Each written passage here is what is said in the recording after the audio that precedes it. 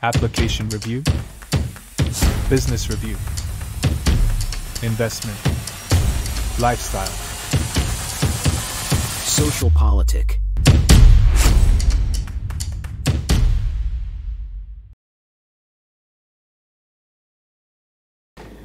Halo Bapak Ibu, saudara-saudari sekalian, lovers and haters. Salam cerdas Indonesiaku. Jumpa lagi kita pada kesempatan kali ini. Bagi Anda yang belum subscribe channel saya, silakan subscribe channel saya. Tekan loncengnya agar Anda dapat notifikasi setiap kali saya mengupload video-video saya. Oke, pada kesempatan kali ini kembali mengenai Anies dan PDIP. Tapi kali ini saya akan membahas drama di balik berselisih pahamnya Anies dan PDIP.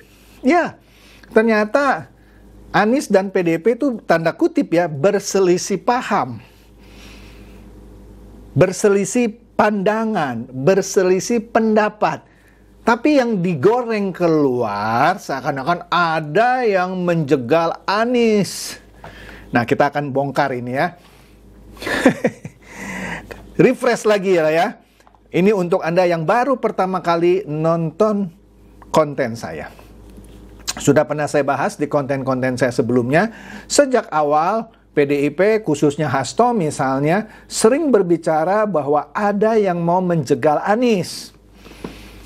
Nah, kalau ada yang mau menjegal Anies, bikin dong supaya jangan dijegal. Misalnya apa? Nah, begini. PKS kan awalnya mencalonkan Anies dan Sohibul Iman. Ya tinggal PDIP dukung aja itu, jadilah itu barang. Tapi sampai tanggal 4 Agustus di mana mandat Anies itu habis yang diberikan oleh PKS, PDIP tidak kunjung mendukung Anies. Tapi ngoceh bahwa ada yang mau menjegal Anies. Cerita apa ini? Oke, kemudian PKS bergabung dengan Koalisi Indonesia Maju. Ada wacana antara PKB dan PDIP mau mengusung Anies. Mana calon cawagupnya Rano Karno. Tapi tidak kunjung kawin juga. PKB merapat ke Koalisi Indonesia Maju. Tinggal PDIP sendiri. Nah, PDIP sendiri yang akhirnya sesuai dengan keputusan MK atas gugatan beberapa orang tentang undang-undang pilkada, akhirnya boleh sendirian mencalonkan cagup dan cawagup. Nah, kalau sudah begitu, buktikan dong bahwa PDIP juga tidak mau menjegal Anies. Kan bisa diumumkan Anies dan Rano Karno, meskipun PKB merapat ke Koalisi Indonesia Maju.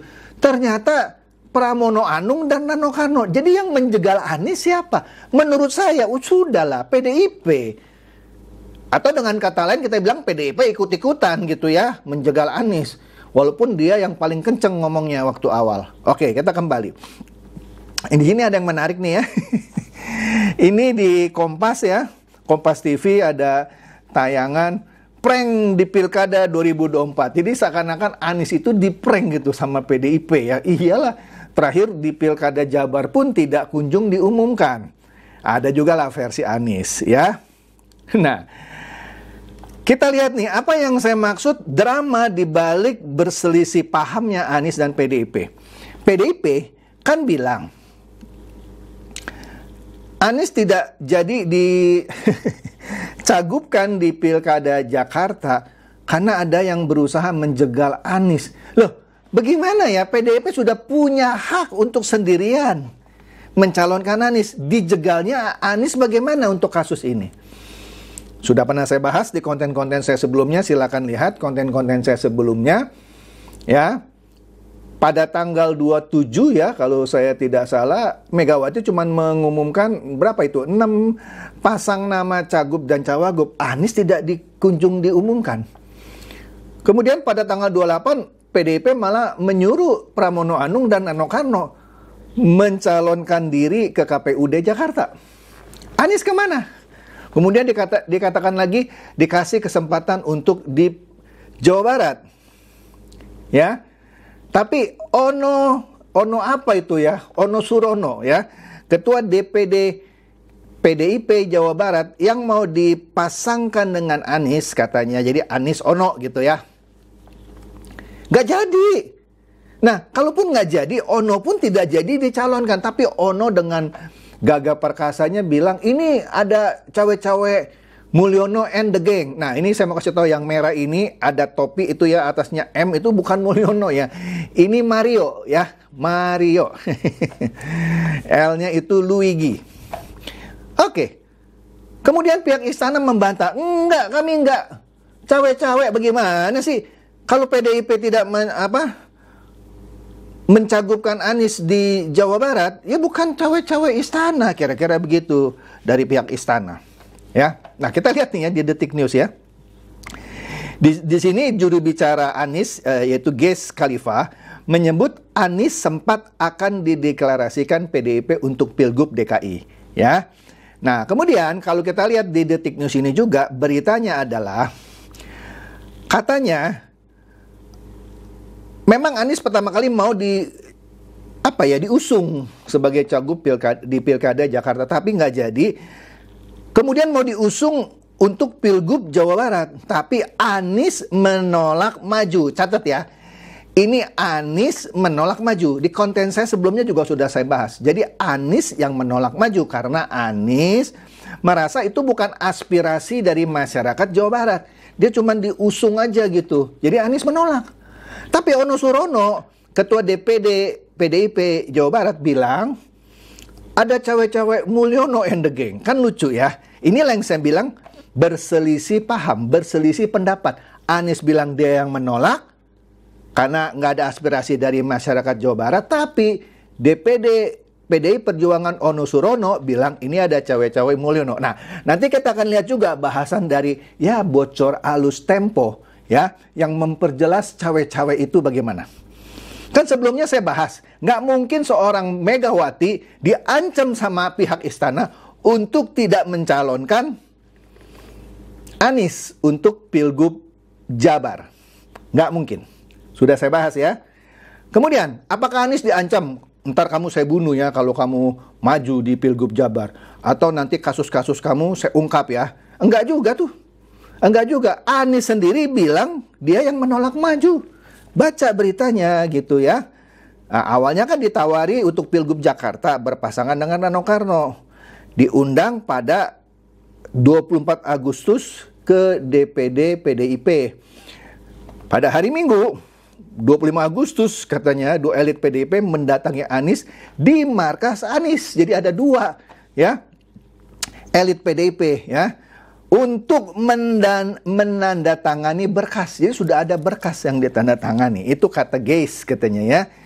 Kemudian PDIP lalu meminta Anies untuk hadir pada hari Senin 26 Agustus ya. Rencananya hari itu akan dideklarasikan, tapi tidak dideklarasikan. Padahal di beberapa media massa sudah ribut tuh. PDIP akan mengusung Anies dan Rano Karno, tapi gagal. Oke? Nah, apa yang menarik di sini? Oke, kita lihat ini ya. Kita lihat bocor halus ya. Bocor yang halus-halus dari makhluk halus kayaknya gitu ya. Karena narasumbernya mungkin makhluk halus gitu ya. Karena dia punya sumber di mana-mana. Kebanyakan ngaco juga. Nih, saya telanjangi kali ini kengacoan dari bocor halus Tempo. Nah, mereka dengan yakinnya bilang ada dua faksi di PDIP. Faksi pertama yaitu Prananda, yaitu anaknya Ibu Mega lah ya, yang dengan Masinton itu mau mendukung Anies. Sedangkan satu faksi lagi yaitu Puan dan Ahok tidak setuju kalau Anies mau didukung. Nah, ini kata bocor halus ya. Padahal Masinton yang mau dukung Anies, padahal selama ini banyak kritik Anies. Misalnya soal apa? Sumur resapan lah. Nah, kata bocor halus juga, itulah yang mungkin membuat kursi DPRD di Jakarta yang dulunya PDIP punya 25 kursi merosot jadi 15. Karena mungkin sering kritik Anies katanya ya. Wah, hebat bocor halus ya. Nah, kemudian di sekitar 26-27 katanya, kenapa Megawati tidak kunjung mengusulkan atau mengumumkan Anies dan Rano Karno? Karena katanya, ini kata bocor halus ya, Ahok menghadap Ibu Mega. Nah, ntar saya kasih lihat ya. Yang benar bocor halus, apa berita satu lagi nih. Ya, kita lihat versinya bocor halus dulu sebelum saya kasih lihat dari media lain tentang Ahok. Menurut bocor halus yang dapat dari narasumber terpercaya, ya mungkin makhluk halus gitu ya narasumbernya, Ahok menghadap Ibu Mega dan tanda kutip memberikan pernyataan kalau sampai Ibu Mega mendukung Anies, dia akan nonaktif atau ngomong kasarnya mundur dari PDIP. Itu kata bocor halus. Ya. Jadi ada dua faksi sekali lagi, faksi yang ingin menang, pokoknya biar bagaimana menang, misalnya mengusung Anies, yaitu tadi dikatakan faksi Prananda dan Masinton. Ya, meskipun Masinton dulu sering ngeritik Anies soal sumur resapan. Satu lagi faksi yang mendukung ideologis, yaitu Puan dan Ahok. Kata bocor halus. Oke deh. Nah, ada faksi ketiga katanya nih. Ini kata bocor halus nih ya, yang punya narasumber makhluk halus yang tinggalnya di istana. Wah. Ada faktor eksternal atau faktor istana. Ya. Dalam hal ini yang orang sering sebut Mulyono, yang nggak lain dari Jokowi lah, karena Mulyono tuh nama Jokowi sebelumnya karena sering sakit-sakitan katanya namanya diganti. Pokoknya kalau orang sebut Mulyono itu maksudnya Jokowi gitu ya. Nah, ini ada faksi ketiga, yaitu faksi istana. Ya. Kira-kira menurut narasumbernya bocor halus, mereka seakan-akan begini katanya, kalau sampai PDIP mengusung Anies dan Rano Karno, maka kasus suap Hasto akan dibongkar. Loh, kasus suapnya Hasto kan lagi jalan pemeriksaan. Lo kan nggak masuk akal dong ngomongannya bocor halus. Orang sedang diperiksa kok, ya kasus Harun Masiku, kasus suap apa ya, yang berhubungan dengan rel kereta api. Loh, kenapa dimasuk-masukin ke sini? Dan kemudian juga soal kasus suap BTS Kominfo yang dimana melibatkan suaminya Ibu Puan. Loh, itu kan sudah diperiksa. Kenapa masuk-masukin ini? Lah, kalau itu mah dari dulu aja, kalau lu calonkan Ganjar jadi capres, gue bongkar nih kasusnya Hasto. Tetap aja tuh Megawati calonkan Ganjar. Artinya ini teori halus-halusan ini namanya ya. Karena kan dia bilang dari narasumber gitu ya. Ya narasumbernya bisa dipercaya atau enggak tahu juga gitu ya. Nah, kemudian katanya lagi,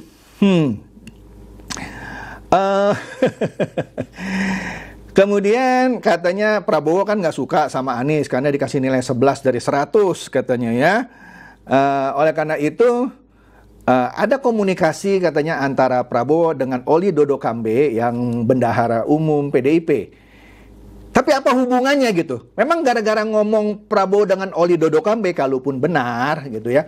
Karena ditenggarai katanya Prabowo akrab dengan Oli Dodo Kambe. Karena Oli Dodo Kambe ketika sakit demam berdarah, kalau tidak salah saya, dijenguk oleh Prabowo. Itu kan suatu teori-teori yang dibuat. Ya kan? Jadi nggak masuk akal. Nggak masuk akal. Tayangan bocor halus menurut saya nggak masuk akal. Nah, yang masuk akal adalah analisa dari bos PPI yaitu Adi Prayitno yang bilang nama Mulyono atau Jokowi ini dijual begitu saja sama PDIP supaya PDIP tidak dibully oleh para pendukung Anies karena tidak mendukung Anies, supaya orang ngebully presiden. Saya lebih suka analisanya Adi Prayitno ya. Supaya PDIP tidak dibully oleh pendukung Anies karena tidak mendukung Anies. Ya bener lah. Saya nggak percaya bocor halus itu. Nah, lanjut nih ya. Nah, ini yang saya mau perlihatkan. CNN pernah menuliskan berita bahwa Ketua DPP PDIP yaitu Ahok ya, mengaku siap mendukung Anies jika bekas calon presiden itu didukung partainya. Wah, katanya PDIP partai pelopor yang mensyaratkan disiplin kepada setiap kader. Artinya kata Ahok, Anies harus satu jadi kader dan patuh terhadap setiap keputusan partai.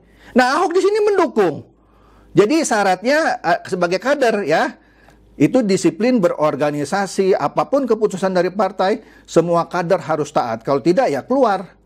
Ya kan petugas partai katanya. Nah, saya lebih percaya CNN ketimbang yang namanya bocor halus Tempo. Masuk akal nggak? Iya masuk akal lah ya. Nah, ini yang lucu nih yang terakhir nih ya. Guntur Romli. Ini kader PSI yang nyebrang ke PDIP nyumpet-nyumpet gitu ya. Dia alasan keluar dari PSI karena menerima kunjungan Pak Prabowo waktu itu. Padahal sebelum Pak Prabowo datang ke PSI, dia sudah nyalek di PDIP. Ketahuan dia ya. Nah, dia dulu salah satu yang mengkritik JIS, Jakarta International Stadium. Tapi begitu Rano Karno dicalonkan dengan Pramono Anung, Rano Karno sebagai cawagup, dan di sini Rano Karno bakal tawarkan JIS jadi kandang utama Persija, didukung. Padahal JIS itu bukan bikinan Rano Karno, itu pekerjaannya Anies. Saya bukan pendukung Anies loh, ya. Tapi ini kan nggak fair. Dulu mengkritik JIS, tapi sekarang bilang Rano Karno bakal tawarkan JIS jadi kandang utama Persija.